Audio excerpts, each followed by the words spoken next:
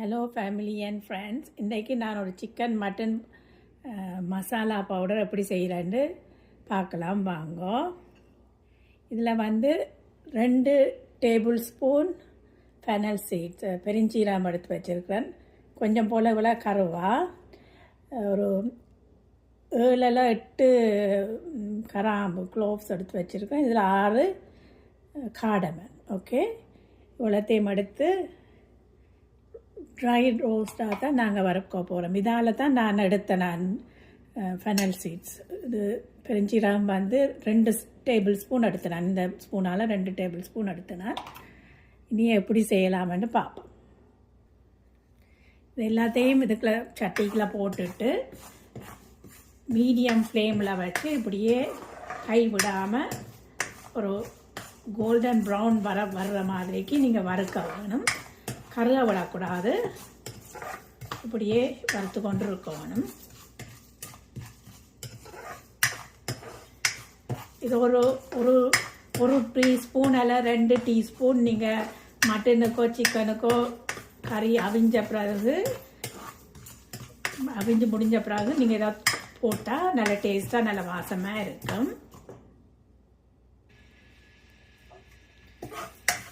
Okay, இப்போ வறுபட்டு கொண்டு இருக்குது. இன்னும் கோல்டன் ப்ரௌனுக்கு வரையில் கொஞ்சம் வறுத்து வரக்கிட்ட ஒரு கொஞ்சம் சத்தம் கேட்கும். சத்தம் கேட்டால் உங்களுக்கு தெரியும் அது பொன்னிறமாக வந்துட்டுதுன்னு சொல்லி கொஞ்சம் வெடிக்கிற மாதிரி சத்தம் கேட்கும். அப்போ ரெடியாட்டு தெரியும். ஒவ்வொருத்த இப்போ உங்களுக்கு கேஸ் குக்கர்ன்னு சொன்னால் லோ ஃப்ளேமில் வச்சு செய்யுங்க. நான் இந்த எலக்ட்ரிக் என்னபடியே கொஞ்சம் மீடியம் லோவில் விட்டு செய்கிறேன். உங்களோட கேஸ்ன்னு சொன்னால் நீங்கள் லோவில் விட்டே செய்யணும். ஓகே, நம்ம வறுபட்டு கொண்டு தான் இருக்குது. இப்போ கொஞ்சம் நிறம் மாறிக்கொண்டு வர்றது. இன்னும் கொஞ்சம் வறுபட்டுதுன்னா நான் ஆஃப் பண்ணிடுவேன். ஆஃப் பண்ணிவிட்டு நல்லா கொஞ்சம் ஆற விட்டுட்டு காஃபி கிரைண்டரில் போட்டு நல்லா அரைச்சி போட்டு நீங்கள் யூஸ் பண்ணலாம். ஓகே,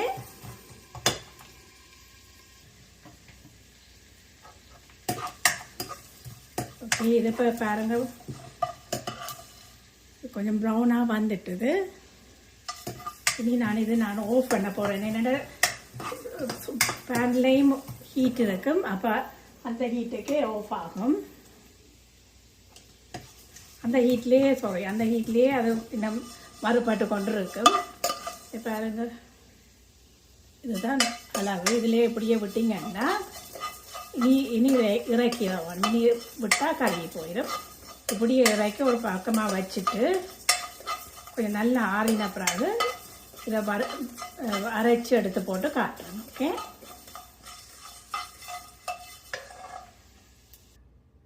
இப்போ பாருங்கள் நல்லா பட்டு போல் அரைச்சிட்டேன். இவ்வளவு வந்திருக்கு எனக்கு. இதில் நீங்கள் 2 பேருக்குண்டா இதால் இப்படி ஒரு ஸ்பூன் போட்டிங்கன்னா டீஸ்பூனால் இவ்வளவு போட்டிங்கன்னா 2 பீப்புளுக்கு இனஃப். மட்டனுக்கோ சிக்கனுக்கோ போட்டால் காணும். மிச்சத்தை நீங்கள் ஸ்டோர் பண்ணி வைக்கலாம்.